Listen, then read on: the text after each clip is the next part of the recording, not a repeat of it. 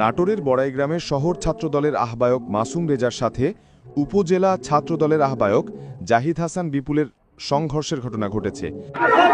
সোমবার দুপুরে উপজেলার লক্ষ্মীকোল বাজারে এই সংঘর্ষের ঘটনা ঘটে। এই ঘটনায় একজন আহত হয়েছে। এ বিষয়ে শহর ছাত্রদলের আহ্বায়ক মাসুম রেজা অভিযোগ করে বলেন, আজকে আমি আপনারা জানেন নাটোর জেলায় ইউনিয়ন ভিত্তিক আন্তঃজেলা খেলা হচ্ছে। এই খেলার আমি বড়াইগ্রাম পাইলট মাঠে 9টা স্কুলের আজকে খেলার পরিদর্শনে যাই। আমি সহ আমার সাথে ছাত্রদলের নেতৃবৃন্দ যায়। এই বের হয়ে আসার পথে মাঠের মাঝপথে বিপুল আর একজন সাথে ছিল, সে ছাত্রলীগের রাজনীতির সাথে জড়িত ছিল, ঠিক আছে। উনাকে নিয়ে আমাকে অতর্কিত হামলা করে গালাগালি করে।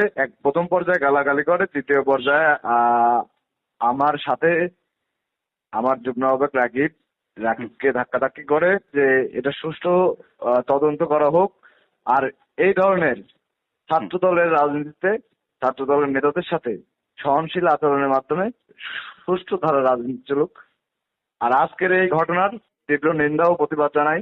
আমি এই ঘটনার সাথে জড়িত সকলকে শাস্তি দাবি জানাই।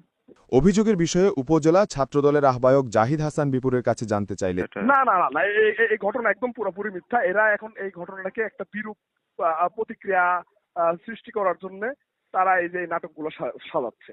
হ্যাঁ, যেহেতু তারা আমাদের চোখে অভিযুক্ত, সেহেতু তারা তাদের ট্রিক্স তারা অবলম্বন করতেছে। নানান ধরনের মানে ভ্যালুলেস যে অভিযোগগুলা, তার সাথে আমার কোনো ঘটনাই ঘটেনি।